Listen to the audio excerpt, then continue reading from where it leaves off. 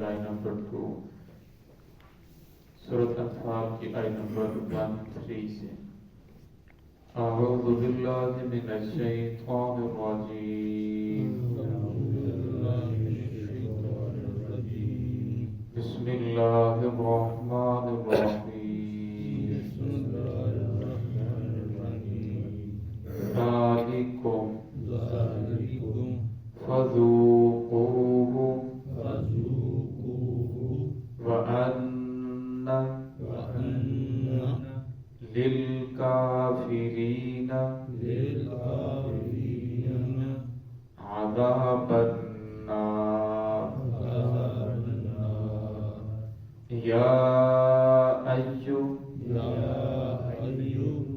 الَّذِينَ آمَنُوا إِذَا لقيتم الذين كفروا زحفا فلا تولوهم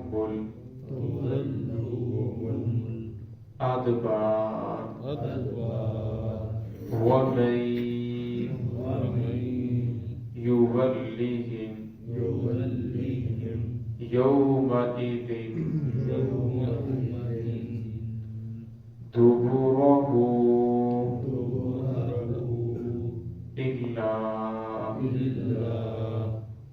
متحرفا لقتال أو متحيزا إلى فئة فقد باء بغضب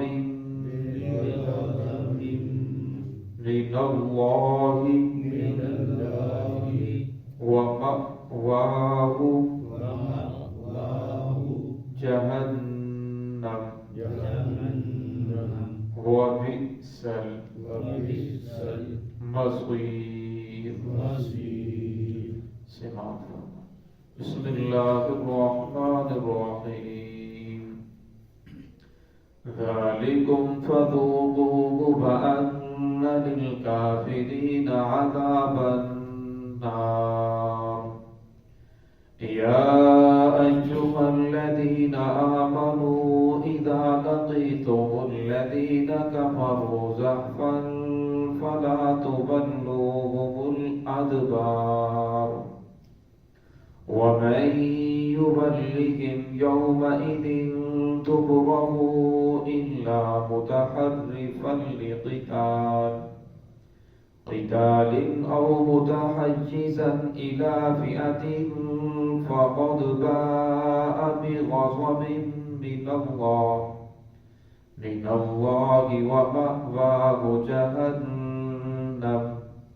وبئس المصير. ذالکم فذوقوہ چکھو تم اس عذاب کو وَأَنَّ لِلْكَافِرِينَ عَذَابَ النَّارِ بے شک وہ کافروں کے لیے دردناک آگ کا عذاب ہے. یا ایھا الذین آمنوا اے وہ لوگو جو ایمان لائے ہو اذا لقیتم الذین کفروا جب تمہاری ملاقات ہو ان لوگوں سے جو کافر ہیں زحفاً میدان جنگ میں فلا تولوهم الادبار نہ تم اپنی پیٹھوں کو پھیرو وَمَن يُوَلِّهِمْ وہ شخص جس نے پھیرا یومئذ اس دن دبرہ اپنی پشت کو الا متحرفا لقتال مگر یہ کہ وہ جنگ کا پینترا بدلنے والا ہو قتال کا پینترا بدلنے والا ہو او متحیزا الی فئۃ یا وہ کسی دوسری جماعت سے ملنے والا ہو فقد باء بغضب من اللہ تحقیق وہ لوٹا اللہ رب العزت کے غضب کو لے کر ومأواہ جہنم اور اس کا ٹھکانہ جہنم ہے وبئس المصیر اور بہت ہی برا ٹھکانہ ہے بہت ہی بری جگہ ہے. اس پہلی آیت کے اندر گزشتہ آیات کے اندر اللہ رب العزت نے ان لوگوں کا تذکرہ فرمایا جو اللہ اور اس کے رسول کی مخالفت کرتے ہیں فرمایا اللہ اور اس کے رسول کی مخالفت فإن اللہ شدید العقاب، فرمایا جو اللہ سے مخالفت کرے گا پھر اللہ کی پکڑ بڑی سخت ہے۔ تو اس آیت کے اندر فرمایا ذالکم فذوقوہ، پھر ان سے کہا جائے گا چکھو وَأَنَّ لِلْكَافِرِينَ عَذَابَ النَّارِ، یہ جو دردناک عذاب ہے یہ تو کافروں کے لیے ہے۔ تو فرمایا جب انسان کفر کے اندر چلا جاتا ہے، اللہ رب العزت کی آیات کا انکار کرتا ہے، محمد الرسول اللہ صلی اللہ علیہ وسلم جو دین لے کر آئے اس کا انکار کرنے والا بن جاتا ہے، پھر اللہ رب العزت کی پکڑ آتی ہے۔ اور جب اللہ کی پکڑ آتی ہے تو کوئی انسان اللہ کی پکڑ سے بچ نہیں سکتا۔ فرمایا دنیا کے اندر دو ہی ملتیں ہیں، یا تو کفر ہے یا پھر مسلمان ہے۔ فرمایا جتنے بھی کافر ہیں، آگ کی پرستش کرنے والے، سورج کی پرستش کرنے والے، بتوں کو پوجنے والے، حدیث پاک میں الکفر ملت واحدہ، تمام کے تمام کفر ایک ہی ہیں، تمام کے تمام جو کفر ہیں وہ مسلمانوں کے خلاف متحد نہیں ہیں۔ اور فرمایا پھر آگے جو مسلمان ہیں، پھر مسلمان بھی جو ہے حقیقت کے اندر مسلمانوں کی بھی ایک ہی جماعت ہے جو محمد الرسول اللہ صلی اللہ علیہ وسلم کے اوپر ایمان لانے والے، آپ صلی اللہ علیہ وسلم کو ماننے والے۔ لیکن فرمایا ایک وہ ہے جو بظاہر تو مسلمان ہے، مسلمانوں والا عقیدہ ہے اور یہ دعویٰ کرتا ہے کہ وہ مسلمان ہوں، لیکن کردار کے اندر محمد الرسول اللہ صلی اللہ علیہ وسلم کے طریقے کو قبول نہیں کر رہا، کردار کے اندر آقا صلی اللہ علیہ وسلم کی سنتوں کو چھوڑ رہا ہے اور کام سارے وہ کر رہا ہے جس کی وجہ سے اللہ کا غضب نازل ہو، اللہ رب العزت کی ناراضگی ہو۔ فرمایا وہ سودی کاروبار کر رہا ہے، سود کی لین دین کر رہا ہے، سود کے بارے میں اللہ شاہ فرمایا فَأَذَنُوا بِحَرْبٍ مِّنَ اللَّهِ وَرَسُولِهِ، فرمایا اللہ اور اس کے رسول کے ساتھ جنگ کرنے کے لیے تیار ہو جاؤ۔ فرمایا جس کی اللہ اور اس کے رسول کے ساتھ جنگ ہو جائے پھر دنیا کے وہ کوئی طاقت ہے جو اسے بچا سکے۔ فرمایا پھر وہ اللہ رب العزت کے غضب کو لے کر لوٹتا ہے۔ فرمایا جب اللہ رب العزت کے غضب کو لے کر لوٹتا ہے، فرمایا پھر دنیا کے اندر پریشانی آتی ہے، کبھی ایک پریشانی کے اندر گر جاتا ہے، کبھی دوسری پریشانی کے اندر۔ اب دیکھا جائے تو دنیا سے ہی اس کا عذاب شروع ہو چکا ہے، اب جب دنیا کے اندر سزا مل رہی ہے تو کیا وہ آخرت سے بچ سکے گا؟ فرمایا آخرت میں ہرگز نہیں بچ سکے گا۔ فرمایا اس کا ایک ہی حل ہے، فرمایا جتنا بھی انسان گناہ کر لے، زمین آسمان کے درمیان میں جو خلا ہے گناہ کر کے بھر دے، لیکن فرمایا جب انسان ایک مرتبہ سچے دل سے توبہ کرتا ہے اللہ رب العزت سارے گناہوں کو معاف کر دیتے ہیں۔ فرمایا اس کا ایک ہی حل ہے کہ انسان توبہ کر لے، اپنے گناہوں کو معاف کر لے۔ آج اگر دیکھا جائے خاندانی لڑائی جھگڑے ہو یا عالمی لڑائی جھگڑے ہو، ہر انسان دوسرے کے عیوب بیان کرتا ہے کہ فلاں ایسا ہے، فلاں نے میرے ساتھ زیادتی کی ہے۔ فرمایا اگر انسان فلاں کی بجائے ہر آدمی اپنے آپ کو درست کر لے کہ میں تو دیکھوں میرے اندر آخر کیا خامی ہے، فرمایا اگر ہر انسان اپنے آپ کو درست کرنے کی کوشش کر لے تو فرمایا پھر یہ حالات بھی سدھر سکتے ہیں، اچھے حکمران بھی اللہ رب العزت فرما دیں گے، اور فرمایا عدل و انصاف جو قائم کرنے والے ہوں گے،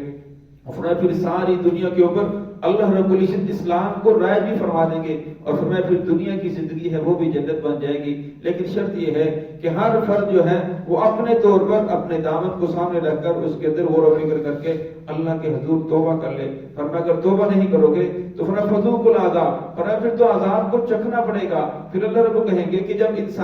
ایک انسان جو اللہ اور اس کے رسول کی مخالفت کا جو تمہیں پھل مل رہا ہے، جو تم نے بیج بویا، اس کا پھل عذاب الہی ہے، اور فرمایا عذاب الہی کے اندر پکڑ کے اندر پھر انسان مبتلا ہو جاتا ہے۔ آگے والی آیت میں فرمایا یا ایھا الذین آمنوا، اے وہ لوگوں جو ایمان لائے ہو، اذا لقیتم الذین کفروا، جب تمہاری ملاقات ہو، مڑ بھیڑ ہو کافروں سے، زحفاً میدان جنگ کے اندر، فلا تولوهم الادبار، پھر فرمایا تم پیٹھ نہ پھرو، فرمایا محمد الرسول اللہ صلی اللہ علیہ وسلم کے حکم کی نافرمانی نہ کرو۔ آقا نے حکم دے دیا کہ اب جنگ ہے، فرمایا پھر اگر تمہیں خطرہ ہو کہ اب جنگ کے اندر جان چلی جائے گی، کفر جو ہے وہ زیادہ طاقت کے اندر ہے، ہم کمزور ہیں، فرمایا پھر جان جاتی ہے تو چلی جائے لیکن تم نے پیٹھ نہیں پھیرنی۔ وَمَن يُوَلِّهِمْ، فرمایا وہ شخص جس نے اپنی پیٹھ کو پھیرا، يَوْمَئِذٍ اس دن دُبُرَهُ إِلَّا مُتَحَرِّفًا لِقِتَالٍ، پھر آگے دو شرطیں بیان فرمائی۔ پہلی شرط یہ ہے کہ متحرفاً لقتال، وہ پیٹھ اس لیے پھیرتا ہے کہ جنگ کا ایک پینترا ہے، اصول ہے، وہ جنگ کے پینترے کو بدلنے کے لیے وہ پیٹھ پھیر رہا ہے اور پیچھے سے ہٹ کر دوبارہ زیادہ سخت حملہ کرتا ہے، فرمایا وہ بھی انسان، اس کے اوپر بھی کوئی گناہ نہیں ہے۔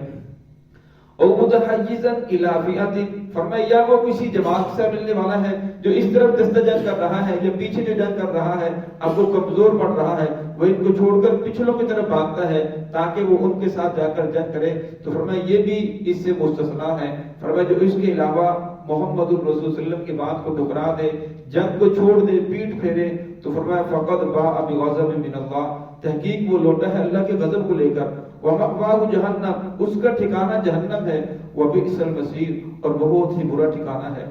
اگر دیکھا جائے تو یہ آیت محمد الرسول اللہ صلی اللہ علیہ وسلم کے صحابہ کے بارے میں نازل ہوئی، اور صحابہ کرام وہ جماعت ہے جسے قرآن پاک نے مثالی مسلمان کہا۔ صحابہ کرام وہ جماعت ہے جس کے بارے میں اللہ رب العزت نے قرآن پاک میں ان کی مثالیں دی کہ ایسے ایمان لے کر آؤ جیسے صحابہ کرام ایمان لے کر آئے۔ اولئک الذین امتحن اللہ، فرمایا میں نے ان کے دلوں کے اندر ایمان کو لکھ دیا ہے۔ فرمایا صحابہ کرام وہ تھے جنہوں نے محمد رسول اللہ صلی اللہ علیہ وسلم قرآن پاک پڑھا، پھر سمجھا، پھر اس کے اوپر عمل کیا، پھر آپ صلی اللہ علیہ وسلم نے اس کے عمل کی تصدیق کی۔ فرمایا اس کو تو یوں سمجھے جس طرح کسی ملک کے اندر کوئی قانون بنتا ہے، اب فرمایا جب قانون بنایا جاتا ہے پھر کہا جاتا ہے اگر حاکم وقت بادشاہ وقت بھی اس قانون کی خلاف ورزی کرے گا، فرمایا پھر بھی اس کی جو ہے پکڑ سے باز نہیں آئے گا، فرمایا وہ بھی پکڑا جائے گا۔ فرمایا اصل کے اندر بتلانا یہ مقصود ہوتا ہے کہ اس سے کوئی بھی شہری اس قانون سے بچ نہیں سکتا۔ فرمایا صحابہ کرام کو جماعت ہے جس کے بارے میں اللہ رب العزت نے اتنی زیادہ ان کی تعریفیں کی، پھر محمد الرسول اللہ صلی اللہ علیہ وسلم کے وہ خادم جنہوں نے جنگ احد لڑی، جنگ بدر لڑی، جانوں کے نذرانے پیش کیے، لیکن ان کے بارے میں فرمایا جا رہا ہے کہ اگر صحابہ کرام بھی اگر وہ بھی محمد الرسول اللہ صلی اللہ علیہ وسلم کی مخالفت کریں گے، آپ صلی اللہ علیہ وسلم کے دین کو ٹھکرا دیں گے، آپ صلی اللہ علیہ وسلم کی بات کی نافرمانی کریں گے، اللہ بشا فرماتے ہیں وَمَأْوَاهُ جَهَنَّمُ، تمہارا ٹھکانہ پھر جہنم ہو جائے گا، تمہارے اعمال سارے ضائع ہو جائیں گے، پھر تمہارا بھی عذاب کے ساتھ واسطہ بڑھے گا۔ اب اگر انسان دیکھا جائے تو صحابہ کرام کی جماعت وہ جماعت ہے جنہوں نے محمد الرسول صلی اللہ علیہ وسلم کی دین کی خاطر ہجرت کی، مکہ کی گلیوں کے اندر ان کے گلے کے اندر کپڑے ڈال کر گھسیٹا گیا، ان کو جلتے ہوئے انگاروں کے اوپر لٹایا گیا اور بہت زیادہ تکلیفیں برداشت کی، پھر ہجرت کرنا پڑی، پھر مکہ کے اندر مدینہ میں پہنچے، پھر مسجد نبوی کی نمازیں، پھر محمد الرسول صلی اللہ علیہ وسلم کا دیدار، پھر ہر وقت حضور صلی اللہ علیہ وسلم کی صحبت ہے۔ اور فرمایا صحابہ کرام کے بارے میں یہ کہا جا رہا ہے کہ اگر صحابہ کرام بالفرض والمحال وہ بھی محمد الرسول اللہ صلی اللہ علیہ وسلم کی مخالفت کرتے ہیں، آپ صلی اللہ علیہ وسلم کی بات کا انکار کرتے ہیں، فرمایا ان کو بھی عذاب کے ساتھ واسطہ پڑے گا۔ تو فرمایا میں اور آپ، میرے اور آپ کے پاس کیا دلیل ہے کہ میں محمد الرسول صلی اللہ علیہ وسلم کی مخالفت کروں، نافرمانی کروں، تو کیا میں عذاب سے بچ سکتا ہوں؟ فرمایا ہرگز نہیں بچ سکتے۔ کسی شاعر کا فارسی کے اندر شعر ہے جس کا ترجمہ یہ ہے کہ انسان اگر جو بوئے گا تو جو کی فصل ہی کاٹے گا، گندم بوئے گا تو گندم کی فصل ہی پیدا ہوگی۔ فرمایا اگر انسان برا عمل کرتا ہے تو اس کا نتیجہ پھر برا ہی ظاہر ہوگا، اچھا نتیجہ ہرگز ظاہر نہیں ہوگا۔ اسی لیے فرمایا انسان کو دیکھنا چاہیے میں عمل کیا کر رہا ہوں اور میرا کردار کیسا ہے، پھر اس کے اوپر اعمال کیسے مرتب ہو رہے ہیں۔ فرمایا انسان اللہ کے ذات سے شکوہ تو کرتا ہے کہ میرے اوپر ہی پریشانیاں آ رہی ہیں، مصائب آ رہے ہیں، میں بھی طرح طرح کے عذابات کے اندر مبتلا ہوں، لیکن فرمایا اگر وہ اپنی زندگی کو تو دیکھے، کیا میں زندگی کے اندر اپنے کردار میں، اپنے صبح شام کی زندگی کے اندر محمد الرسول اللہ صلی اللہ علیہ وسلم کی مخالفت تو نہیں کر رہا؟ اور صحابہ کرام تو وہ جماعت ہے جس کے بارے میں حدیث قدسی ہے، فرمایا اللہ رب الشاہ فرماتے ہیں کہ جب کوئی بندہ میرا قرب حاصل کرنے کے لیے جو عمل کرتا ہے، فرمایا سب سے زیادہ محبوب عمل مجھے فرائض ہے، اور فرمایا جب فرائض کی ادائیگی کرتا ہے سب سے زیادہ محبوب مجھے عمل ہے۔ پھر فرمایا بندہ میرا قرب حاصل کرنے کے لیے